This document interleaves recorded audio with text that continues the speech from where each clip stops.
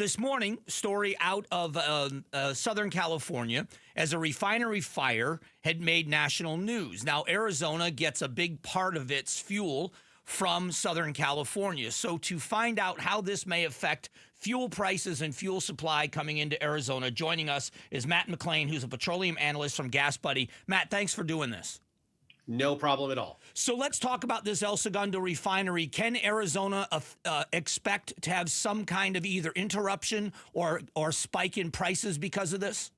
I wish I had better news for you, but the answer is, yeah, it's going to probably impact prices. I think that's a definite. The biggest issue happens to be how high, how long the prices will be impacted.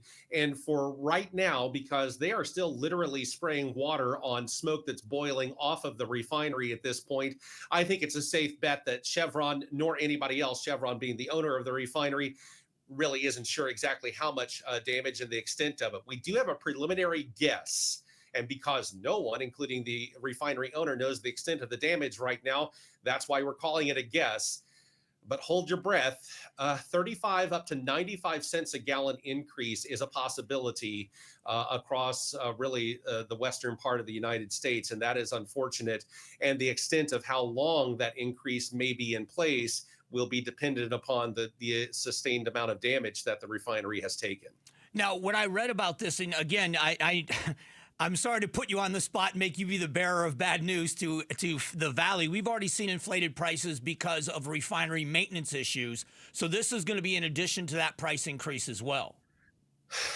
Yeah, it is. There's just really no other way to put it. I wish I had better news.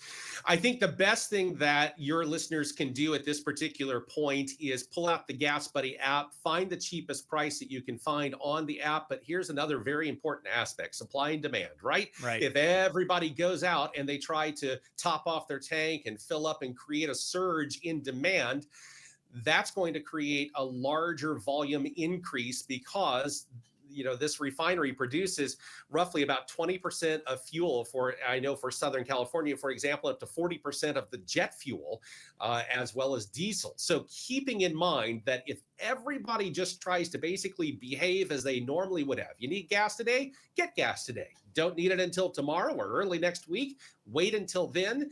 That will help with all the supply issues, keeping all of this in mind. But yeah, 35 to 95 cents a gallon is an unfortunate possibility. Matt McClain is joining us. He is a petroleum analyst for Gas Buddy.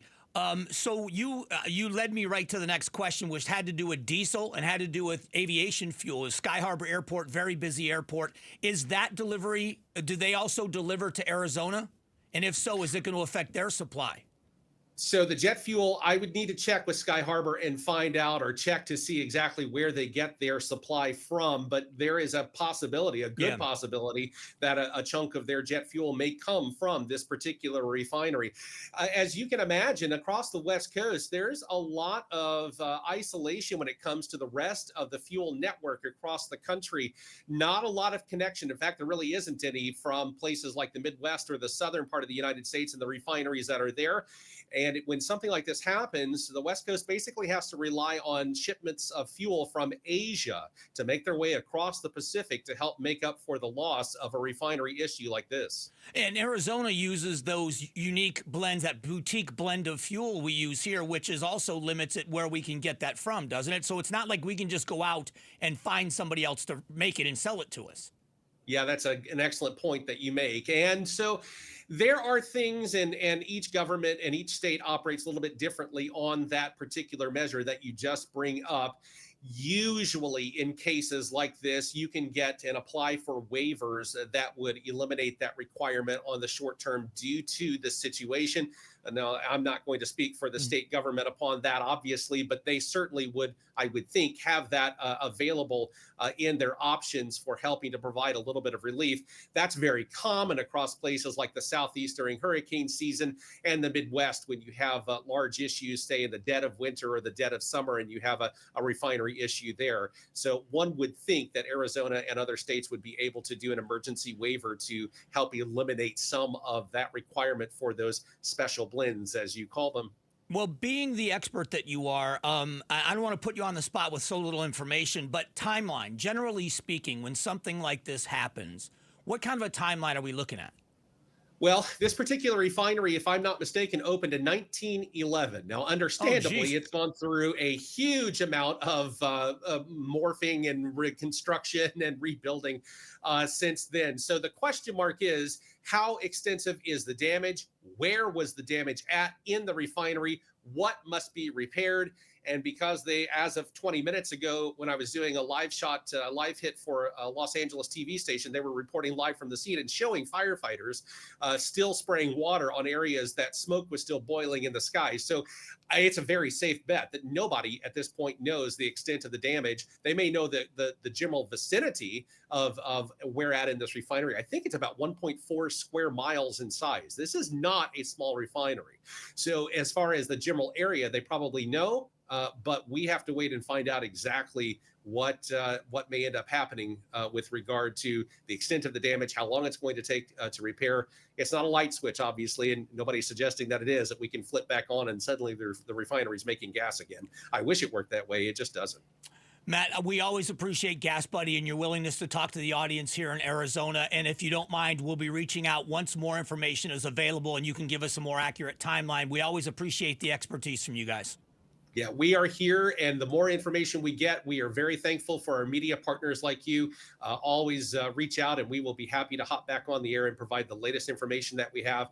Again, 35 to 95 cents a gallon increase. That is a preliminary guess. We hopefully later today we can refine that back just a little bit and find out exactly what we think may happen. That's the hope anyway, but we still need to hear from Chevron first. All right, Matt, you're the best. Thanks again. All right, that is Matt McClain from, he's a petroleum analyst with Gas Buddy, which is a great resource. Use their app, especially now, to look for the lowest fuel prices in town. They are a wealth of information. We already use kind of what I call a boutique blend of fuel that is really way above the standard that is necessary. Will that, and this will be some of the calls we will be making, reaching out to legislators to see if under, the governor's office, if they are going to do something in easing the requirements so that we don't have an interrupted, or we don't have some kind of a huge spike in our fuel prices. 35 to 95 cents a gallon already, when we're looking at elevated prices because of refinery maintenance that we saw, could be damaging to a lot of people here in Arizona. Thanks for watching the Mike Broomhead Show. Tap to watch and listen to the new season of Amazing Arizonans, a KTAR News podcast. You can also click the button in the middle to subscribe.